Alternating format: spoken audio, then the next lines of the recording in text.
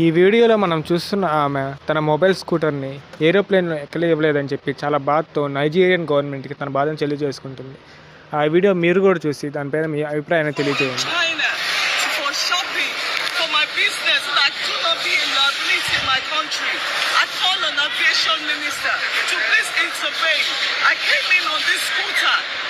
To China, but to my surprise, they said they won't take it. This is how they treat Nigerians badly. I need the intervention of the government to please do something about this. Please, the aviation minister should take note. Nigerians are being treated badly all over the world. This is the peak of it. I go through all these Emirates, Turkish Airlines, and every one of them should be called to attention and correction. Please, I need your help, Nigerians.